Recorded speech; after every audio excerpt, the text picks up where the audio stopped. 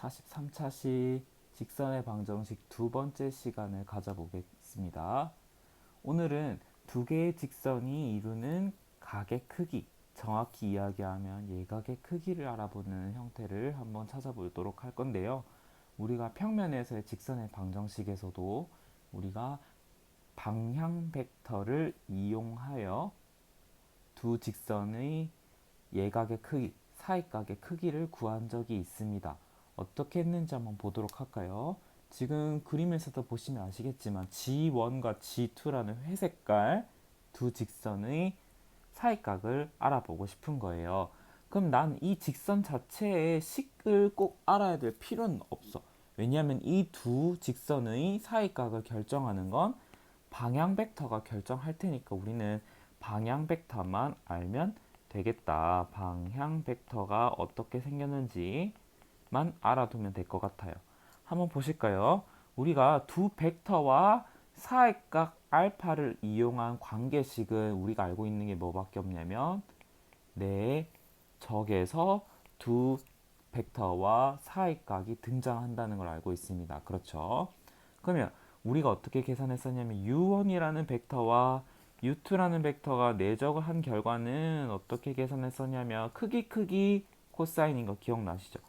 크기 코사인을 우리가 내적의 정의로 알고 있기 때문에 내가 알고 싶은 건 누구다?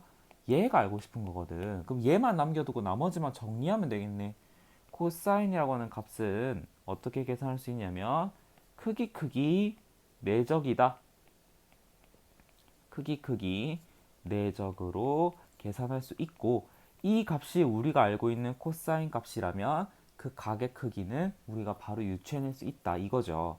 그만큼 즉 이 두 직선의 사이각을 알아낼 수 있는 방법은 방향 벡터의 내적과 크기로 코사인 값을 알아낸다는 거. 이것만 알고 계시면 되겠습니다. 그러면 만약에 u1이라는 벡터가 예를 들어서 a, b, c, u2라는 벡터가 성분이 d, e, f라고 한다면 코사인 세타는 다른 표현으로 어떻게 나타낼 수 있을지 한번 정리를 해볼까? 코사인이라고 하는 애는 위에 크기 내적대로 한번 따라가 보면 u1의 크기는 피타고라스 정리에 의해서 a제곱, b제곱, c제곱 u2라는 벡터의 크기는 d제곱, e제곱, f제곱으로 나타낼 수 있겠죠. 그 다음에 성분 알고 있는 두 벡터의 내적은 어떻게 계산하는지 기억나시죠? 우리가 지지난 시간에 배웠어요. AD, BE, CF로 대신할 수 있다. 이렇게 정의할 수 있겠습니다. 그 값을 우리가 알고 있다면 세타도 당연히 추리해낼 수 있겠죠. 정리를 한번 해보겠습니다. 지연지투가 이루는 각의 크기를 세타라고 한다면 U1, U2는 방향 벡터일 때 방향 벡터가 U1이라고 하자. 그 다음에 방향 벡터를 U2라고 하자. 그럴 때 두 직선 사이 사이값 세타에 대해서 코사인 값은 다음과 같이 정리를 할 수가 있다. 얘가 만약에 L1, M1, N1이라고 하고 U2가 L2, M2, N2라고 한다면 다음과 같이 정리를 할 수가 있다. 그럼 여기서 제가 더 정리를 하고 싶은 거는 확장을 해볼게요. 자, 우리가 두 직선이 관계가 어떤 것들이 있냐면 가장 먼저 만만한 거 수직일 때 수직일 때 두 번째 평행일 때 두 벡터가 평행일 때 우리가 이 코사인 값은 어떻게 정리가 될 수 있는지 한번 볼까? 우리가 수직이라고 한다면 벡터가 어떻기 때문에 벡터 u1과 u2가 어떤 관계를 만족시킨다? 내적이 얼마다? 0이다. 요걸 알아낼 수 있겠죠. 이게 어떻게 해서 이루어진 거냐면 수직이라고 한다는 얘기는 얘가 90도지. 그럼 코사인 90이 얼마니까? 0이니까. 아, 그래서 여기 있는 분차 u1, u2가 내적해서 0이 되는구나 라는 걸 얻어낼 수 있었고 그 결과로 우리는 내적이 0이다 라는 거를 기억하고 있는 거예요. 두 번째, 벡터가 평행하다 라고 한번 해볼까? 벡터가 평행하다. 그러면 우리가 이 두 직선은 어떤 관계를 만족시키고 있냐면 u1이라는 방향 벡터는 u2라는 방향 벡터의 적당한 실수배다. 이렇게 기억하고 있는 거 알고 계시죠? 공간에서도 평면에서의 이 성질을 그대로 가져온다. 수직은 내적이 0, 벡터는 두 개가 적당한 실수배다. 이것만 기억해 두시면 좋겠습니다. 문제를 하나 풀어보도록 할게요. 두 직선이 이루는 예각의 크기를 구하여라. 우리는 얘는 그릴 수도 없고 3차원 무슨 모눈종이도 없는데 어떻게 그려내? 무엇으로? 방향 벡터로 얘네들을 예측해낼 수 있다. 한번 볼까요? G1의 방향 벡터 U1이라고 한번 해볼까? U1은 성분으로 나타내면 2, 1, 3을 성분으로 가진다. G2의 방향 벡터를 U2라고 해보자. U2는 3, 2, 부모 없는데 어디 있어? 1이 생략되어 있는 거죠. 이렇게 나타낼 수 있는 방향 벡터를 가진다. 그러면 우리는 이 두 방향 벡터를 가지고 한번 코사인 값을 한번 유추해 내볼까? 사이각을 세타라고 한다면 U1의 크기, U2의 크기, 위에는 내적을 해주면 된다. 기억나시죠?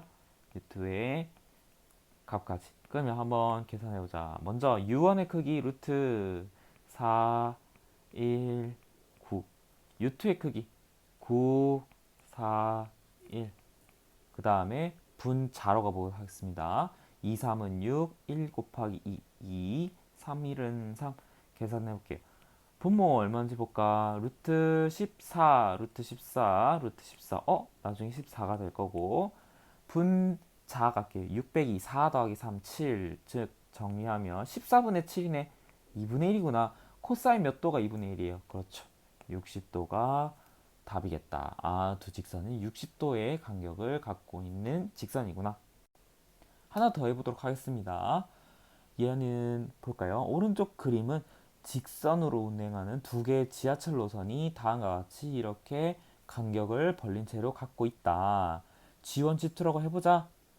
이 직선 두 개와 각각 수직이 되게 해야 된대. 얘도 수직, 얘도 수직. 근데 얘네 둘은 평행하진 않나 봐요. G1, G2가. 그럼 얘는 어떻게 알아내야 될까? 엘리베이터의 동선을 우리가 방향을 나타내보자. 엘리베이터의 동선을 움직이는 직선의 방정식. 그 방정식의 방향 벡터를 우리가 예를 들어서 뭐라 두지? ABC라 해볼까? ABC라 해보자. 그러면 G1의 방향 벡터, G1의 방향 벡터와 뭐 편의상 G1을 이렇게 씌워볼까? 얘와 ABC는 수직이기 때문에 내적이 뭐가 돼야 된다? 0이 돼야 된다.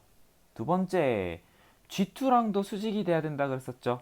얘랑 ABC도 어때야 된다? 내적해서 0이 나와야 된다. 한번 나타내 볼까요? 먼저 G1을 성분으로 나타내면 먼저 X의 분모 1, Y의 분모 1, Z의 분모 Z 따로 있는데 우리 어떻게 했는지 기억나나? 지난 시간에 따로 써준 거는 움직이지 말라는 소리였구나. 얘와 ABC가 내적해서 0이 된다. 두 번째, G2도 똑같이 한번 가보자.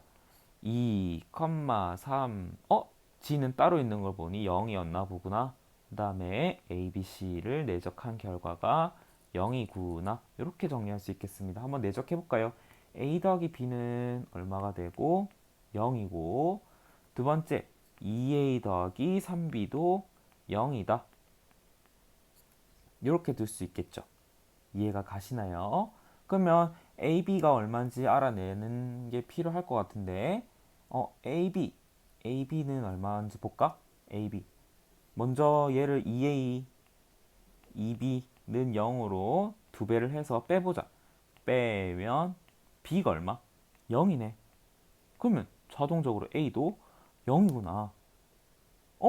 그러면 C만 남았다는 얘기구나. C는 1이 돼도 상관없고 2가 돼도 상관없고 3이 돼도 상관없고 아무거나 써도 되니까 저는 아무거나 써야 될 땐 그냥 1로 갈게요. 무슨 소리인지 한번 볼게요. 그러면 방향 벡터가 얼마인지 결정이 났지. 0, 0,1이라고 더 볼까? 그러면 방향 벡터 결정 났다. 마이너스 2, 3,1을 지난다. 그러면 한번 써볼까요? 먼저 x 마이너스 2 플러스 2는 0. 그 다음에 y 빼기 3 나누기 0는 z 빼기 1에 1 이렇게 쓰면 되겠는데 문제는 우리 이렇게 분모가 0이 있을 때는 어떻게 해줘야 된다? 따로 써줘야 된다. 잠깐 지우고 정리를 해보도록 할게요. 그러면 x는 얼마가 되어야 되고 꼭 마이너스 2에서 멈춰 있어라.